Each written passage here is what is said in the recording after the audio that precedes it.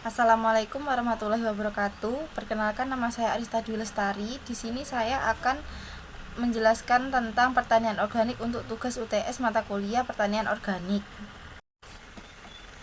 Yang nomor 1, sejarah pertanian organik.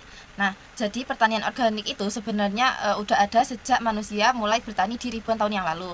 Waktu itu petani cuma pakai bahan alami tanpa pupuk kimia atau pestisida kimia. Tapi istilah pertanian organik sendiri itu baru mulai terkenal di awal abad ke-20 sebagai bentuk protes terhadap penggunaan bahan kimia sintetis yang meningkat setelah revolusi hijau. Nah, beberapa tokoh di Amerika Serikat jadi pelopor gerakan ini, mulai mengajak orang-orang buat lebih peduli sama keseimbangan ekosistem tanah dan lingkungan. Nah, seiring berkembangnya zaman, pertanian organik ini akhirnya jadi gerakan global yang fokusnya itu bukan cuman hasil panen, tapi juga cara bertani yang lebih ramah lingkungan dan berkelanjutan. Intinya pertanian organik itu ngajarin kalau tanah, tanaman, hewan, dan manusia itu saling terhubung dan berhubungan. Jadi harus dijaga biar tetap seimbang. Untuk kita sebagai mahasiswa pertanian, pertanian organik itu bisa dibilang cara bertani yang lebih bijak dan sadar lingkungan, bukan cuma sekedar tren. Yang kedua, keunggulan dan kelemahan pertanian organik dibandingkan pertanian kimia. Jadi pertanian organik itu punya banyak sekali kelebihan dibandingkan pertanian konvensional atau yang sering memakai bahan-bahan kimia. Sistem ini tuh lebih mengutamakan bahan alami kayak kompos, pupuk kandang, pupuk hijau, dan pestisida nabati. Nah, penggunaan bahan-bahan alami ini itu bikin tanah itu jadi tetap subur dalam jangka panjang dan hasil panennya juga lebih sehat. Karena kan nggak ada bahan kimia berbahayanya. Nah, selain itu pertanian organik itu juga lebih ramah lingkungan karena nggak mencemari tanah atau air dan bisa menjaga ekosistem agar tetap seimbang. Tapi pertanian organik juga punya tantangan. Di awal biaya produksinya itu bisa lebih tinggi dan hasil panennya itu biasanya belum terlalu banyak karena masih dalam proses penyesuaian dari sistem kimia ke organik. Tapi meskipun kayak gitu, hasilnya itu tetap lebih aman buat dikonsumsi dan lebih baik buat lingkungan karena kan nggak ada bahan kimianya. Selain itu, pertanian kimia itu memang bisa bikin hasil panen cepat dan melimpah. Tapi kalau dilakukan terus-menerus bisa bikin tanah itu rusak. Nggak cuma tanah, tapi air itu juga bisa tercemar dan lingkungan itu jadi nggak sehat. Jadi walaupun pertanian kimia kelihatan lebih praktis, pertanian organik itu sebenarnya lebih berkelanjutan dan punya manfaat jangka panjang buat alam dan manusia. Untuk yang ketiga, tahapan mengubah lahan pertanian kimia menjadi pertanian organik. Nah, jadi untuk mengubah lahan pertanian kimia jadi pertanian organik, prosesnya itu nggak bisa instan dan butuh kesabaran karena tanah yang sebelumnya sering kena bahan kimia itu perlu waktu buat pulih. Nah, jadi langkah awal yang harus dilakukan itu ini observasi dan menganalisis tanah, mulai dari pengecekan pH, jadi kayak tingkat keasaman, terus tekstur tanah, sampai sisa residu pupuk atau pestisida kimia yang masih tertinggal. Dari situ pertanian itu bisa tahu dari situ petani itu bisa tahu kondisi tanah dan langkah apa yang harus dilakukan biar tanahnya itu bisa kembali subur secara alami. Nah, setelah itu masuk ke tahap masa konversi. Nah, biasanya butuh waktu 2 sampai 3 tahun mungkin di tahapan ini itu petani itu harus berhenti total memakai pupuk atau pestisida kimia. Terus diganti dengan pupuk organik kayak kompos, pupuk kandang, atau pupuk hijau. Memang hasilnya itu nggak langsung terlihat, tapi langkah ini tuh penting banget karena eh, langkah ini tuh penting banget buat mengembalikan keseimbangan mikroorganisme di tanah. Nah, selain itu petani itu juga bisa melakukan ini rotasi tanaman. Jadi misalnya ganti jenis tanaman setiap musim supaya unsur hara di tanah itu tetap seimbang dan nggak cepat habis gitu. Terus ada lagi tahapan berikutnya itu yang bisa dilakukan itu seperti pengendalian hama alami. Jadi bukan lagi pakai pestisida kimia, tapi memanfaatkan musuh alami seperti kepi atau laba-laba atau bikin pestisida nabati. Jadi dari bahan alami kayak daun mimba, serai, dan bawang putih. Cara ini tuh jauh lebih aman sekali buat lingkungan dan tetap bisa menjaga tanaman dari hama.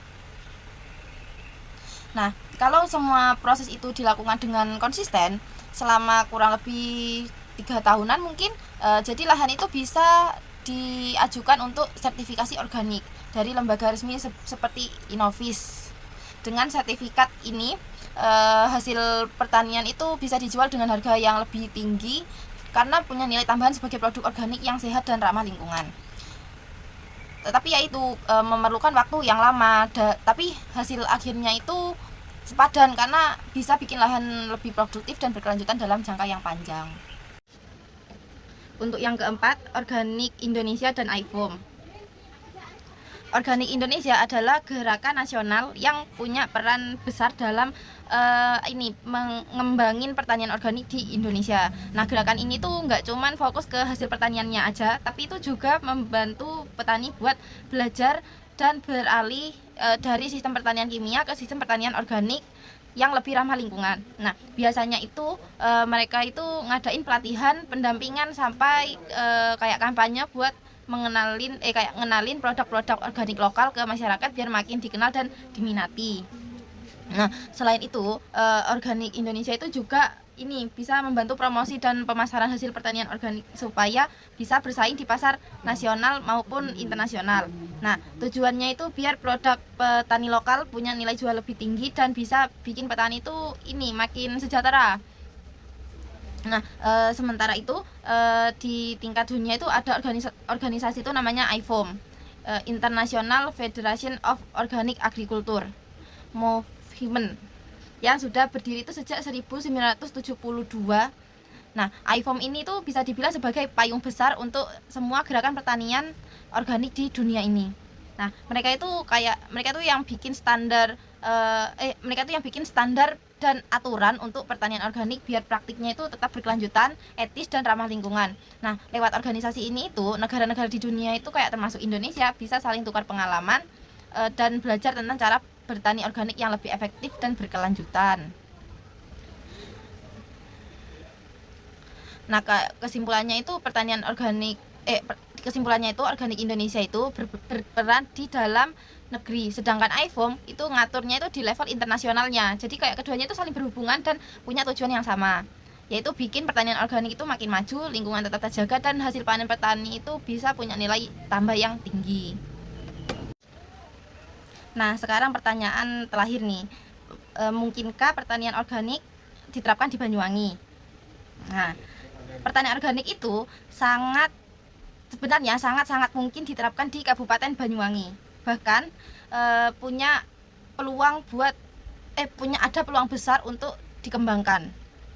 Soalnya kondisi di Banyuwangi sendiri itu memang mendukung banget, kayak tanahnya yang subur, curah hujannya pas, dan iklim tropisnya itu yang cocok buat berbagai jenis tanaman seperti padi, sayuran, kopi, dan kakao. Nah, dengan kondisi kayak gini tuh tanaman itu bisa tumbuh baik tanpa harus tergantung sama pupuk dan pestisida kimia. Nah, selain itu masyarakat Banyuwangi itu juga masih punya tradisi bertani yang dekat dengan alam. Terutama itu di daerah pedesaan, kayak banyak sekali petani yang udah terbiasa pakai pupuk kandang atau pupuk kompos. Jadi proses buat beralih ke sistem pertanian organik itu nggak terlalu susah gitu. Apalagi budaya gotong royong di desa itu masih kuat banget. Jadi penerapan pertanian organik itu bisa dilakukan bareng-bareng dan saling membantu. Di sisi dukungan pemerintah juga udah lumayan bagus, karena Banyuwangi itu punya banyak sekali program buat ngembangin agrowisata dan pertanian berkelanjutan. Contohnya itu kayak kebun kopi di Gombeng Sari atau sayuran organik di pegunungan. Nah, program kayak gini ini bisa jadi peluang yang sangat besar buat ngenalin pertanian organik ke lebih banyak petani-petani di pedesaan Banyuwangi. Kalau bisa itu dikolaborasikan sama kampus, lembaga riset atau pelaku UMKM gitu. Jadi hasilnya itu pasti bakalan lebih maksimal. Nah, memang sih kayak tantangan utamanya itu ada di masa transisinya dari pertanian kimia ke pertanian organik yang butuh waktu dan biaya yang lebih. Petani itu juga harus belajar lagi soal cara mengatur hama, bikin pupuk alami, dan perawatan tanpa bahan kimia. Tapi kalau misal diadakannya edukasi dan pendampingan yang rutin dan ditambah minat pasar yang semakin tinggi terhadap produk sehat, dan alami itu pertanian organik di Banyuwangi ini nggak cuman mungkin diterapkan aja, tapi juga sangat potensial banget buat dikembangin.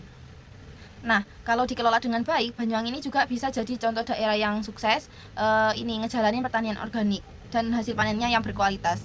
Terus petaninya itu pasti akan sejahtera dan lingkungannya itu bakalan tetap terjaga. Sekian penjelasan dari saya. Wassalamualaikum warahmatullahi wabarakatuh.